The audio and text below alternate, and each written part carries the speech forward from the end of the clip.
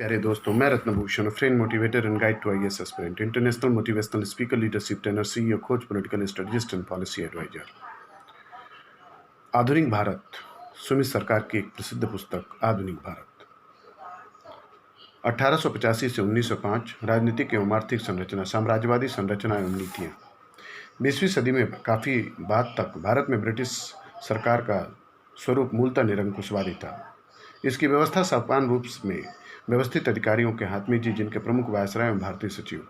इस व्यवस्था पर संसद का नियंत्रण अनियमित एवं काफ़ी कुछ सैद्धांतिक ही था। वस्तुतः 1858 के बाद जो बात सामने आई, उनके परिणाम स्वरूप वायसराय एवं भारत सचिव की व्यक्तिगत भूमिका अधिक महत्वपूर्ण हो गई। साथ ही संचार व्यवस्था में क्रांति के फलस्वरूप दोनों के बीच निकट संबंध भी स्थापित हो सके, जिसके प्रतीक जल गर्भीय तार व्यवस्था एवं स्वेज नहर 1865 से 69 थे।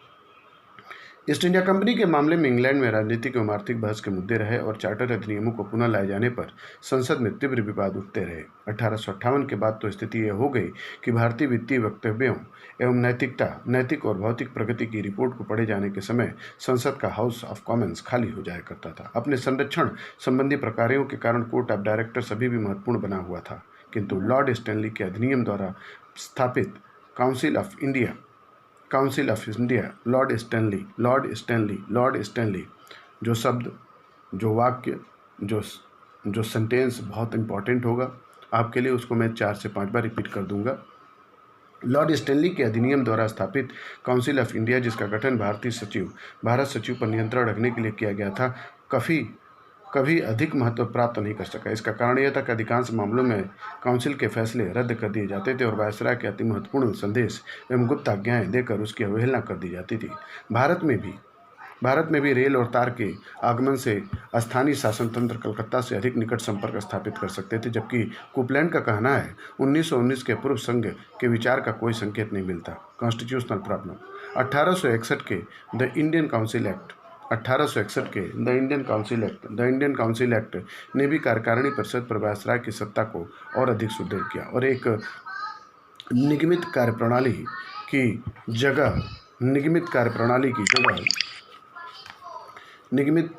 की जगह संपूर्ण विभाग की प्रणाली लागू की। उसी विधेयक द्वारा इंपीरियल एवं स्थानीय विधायक समितियों का विस्तार अथवा गठन हुआ, जिनमें कुछ एक गैर सरकारी भारतीयों को भी सम्मिलित किया गया, किंतु ये समितियां मूलतः शोभा के लिए थीं।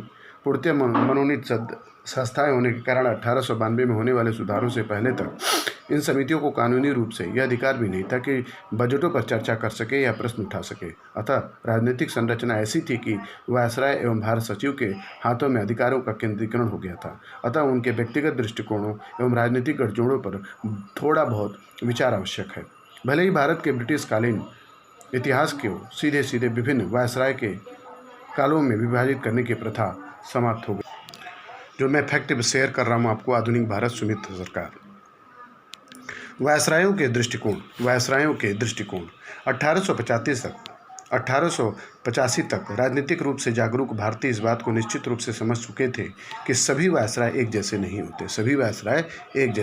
नहीं होते और लिटन और रिपन के बीच वे जमीन आसमान का अंतर मानते थे। इस अंतर को सीधे ब्रिटिश राजनीति में टोरियों एवं लिबरलों के संघर्ष को जोड़कर देखते थे।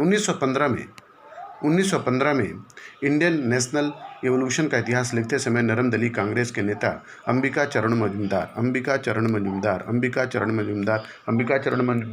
1916 में जब लखनऊ में अधिवेशन हुआ, लखनऊ कांग्रेस का अधिवेशन, तो उसके अध्यक्ष भी थे। अंबिका चरण मजूमदार लिटन के शासनकाल में घिरते हुए बादलों की एवं रिपन और डफरिन के शासनकाल में बादलों के छट जाने एवं उषा का प्रकाश फैल जाने की बात करते हैं। हाल ही के एक अधिक परिष्कृत इतिहासकार ने भी 1869 और 80 के कंजर्वेटिव दुशासन की तुलना 1880 से 88 के लिबरल प्रयोग से की है। S Gopal, British policy in India. अलंकारिता को छोड़ दे तो महत्वपूर्ण परिवर्तन दिखाई देता है। यह है कि 1880 के दशक के आरंभ में जाने वाला एक छोटा सा प्रयास जो टिकाऊ सिद्ध नहीं हुआ, यह प्रयास था भारतीय सहयोगियों के दायरे को राजाओं और जमींदारों में बढ़ाकर इसमें अंग्रेजी शिक्षा प्राप्त मध्यम वर्गीय समूहों का सम्मिलित करना। इस मध्य वर्ग को लिटन ने यह कहकर खारिज किया था कि ये बाबू हैं जिन्हें हमी ने शिक्षित किया है ताकि वे देसी अखबारों में अर्थ राजद्रोह पूर्ण लेख लिख सके। इसके विपरीत रिपन का कहना था इस बात की आवश्यकता प्रतिपल बढ़ती जा रही है कि हम पढ़े लिखे नेटिवों को अपने शासन का मित्र बनाएं, शत्रु नहीं। Anil seal, emergence of Indian nationalism. 1883 में एल्बर्ट बिल विधेयक के प्रति एंग्लो इंडियनों की अप्रत्याशित तीव्र प्रतिक्रिया के कारण यह प्रयोग शीघ्र ही समाप्त हो गया। इसने रिपन को शिक्षित भारतीयों की दृष्टि में एक जगजग शहीद ही बनाया। हालांकि इस धारणा को कोई विशेष औचित्य नहीं था। डफरिन 1884 से 88, डफरिन 1884 से 88, लैंसडाउन 1888 से 93, मतलब इस पीरियड में ये लोग वायसराय थे। एल्गिन 1893 से 98 के कार्यकाल में भारत के प्रति टोरी एवं लिबरल दृष्टिकोणों का अंतर निरंतर धुलता रहा। डफरिन का प्रभावहीन ढंग से सबको प्रसन्न करने का प्रयास करता रहा तो उसके लिए शुक्र नहीं था। श्वेतों के वाणिज्यिक दबाव में आकर उसने अपनी पूरी ऊपरी वर्मा का अधिग्रहण किया। बंगाल और अवध के काश्तकारी अधिनियमों में भूस्वामियों को लाभ पहुँचाने वाला सुधार किए। थोड़े समय के लिए ह्यूम से मित्रता भी की, किंतु फिर जाने के ठीक पूर्व सेंट एंड्रयूज के भोज में कांग्रेस की तीव्र आलोचना करते हुए भाषण भी दिया। अंत में वह किसी को भी प्रसन्न नहीं कर पाया, जैसा कि दिनसा वाचा ने दादा भाई नेहरू के लिखे एक निजी पत्र में कहा था। दिसंबर 1888 में दिनसा ने तो यहाँ तक कह दिया कि वे किसी लिटन को बर्दाश्त नहीं कर सकते हैं, मगर किसी डफरिन को नहीं। R.P. पटवर्धन, दादा भाई नेहरू जी, करस्पॉन्डेंस। भारतीय संदर्भ में ब्रिटेन के दलीय विभाजन कितने अप्रासंगिक हो गए, यह इस बात से स्पष्ट है कि सेल्सबरी के टोरी मंत्रिमंडल द्वारा नियुक्त लैंसडाउन ने बड़ी तत्परता से डफरिन की इस निजी प्रार्थना को स्वीकार किया कि प्रादेशिक काउंसिलों में चुनाव के लिए भी थोड़ा स्थान रखा जाए। दोनों ने लगभग एक ही प्रकार से यह तर्क दिया है कि इससे कांग्रेस के पास लड़ने के लिए कोई मुद्दा नहीं बचेगा।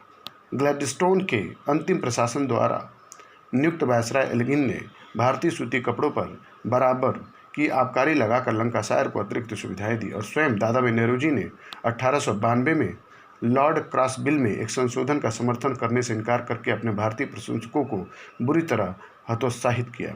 इस बिल में स्पष्ट रूप से चुनाव आरंभ करवाने की बात कही गई थी। 1893 में इसकी पुनरावृत्ति तब हुई जब उन्होंने किम्बरली एवं लैंसडाउन को ICS की परीक्षाएं साथ साथ कराने संबंधी हाउस ऑफ कॉमन प्रस्ताव की अवहेलना करने दी। दलीय विभाजनों की अप्रासंगिकता का कुछ संबंध 1880 के दशक के उत्तरार्ध में इंग्लैंड में व्याप्त राजनीतिक अस्पष्टता से भी हो सकता है। इस समय ग्लैडस्टोन के आयरिश होम रूल को लेकर लिबरल विभाजित हो गए थे। बात जो भी हो रही हो, लिबरल परंपरा सदैव स्पष्ट रही। इसमें अभिजातवादी नेतृत्व के हिंग प्रशंसक थे, 72 जनमंत्र के उग्र पक्षधर थे, उदारवादी साम्राज्यवादी थे, जिन्हें उनकी विदेश नीति के कारण कंजर्वेटिवों से अलग करके देखना कठिन था, और साथ ही इसमें लिटिल इंग्लैंडर्स थे जो सच्चे दिल से सैन्य विस्तार के विरोधी थे। यद्यपि स्वतंत्र व्यापार से होने वाले पर्याप्त लाभों से उनका कोई विरोध नहीं था, फिर भी राजनीतिक विचारधाराओं से अधिक महत्वपूर्ण थे संपूर्ण औपनिवेशिक स्थिति से उत्पन्न कुछ परिणाम, और अब इन्हीं दीर्घकालीन प्रवृत्तियों पर हम विचार करेंगे। मेरे दोस्तों, मेरे प्यारे स्टूडेंट्स, आप सभी लोगों का बहुत बहुत धन्यवाद। आधुनिक भारत सुमित सरकार की बहुत अच्छी पुस्तक है, जिसकी इन्फॉर्मेशन आप लोग को शेयर कर रहा हूं। अगर आप इसको बार बार भी सुनेंगे, जो इम्पॉर्टेंट फैक्ट होगा उसे मैं रिपीट कर देता हूं, बहुत ही उपयोगी आपके लिए होगा। Thank you so much.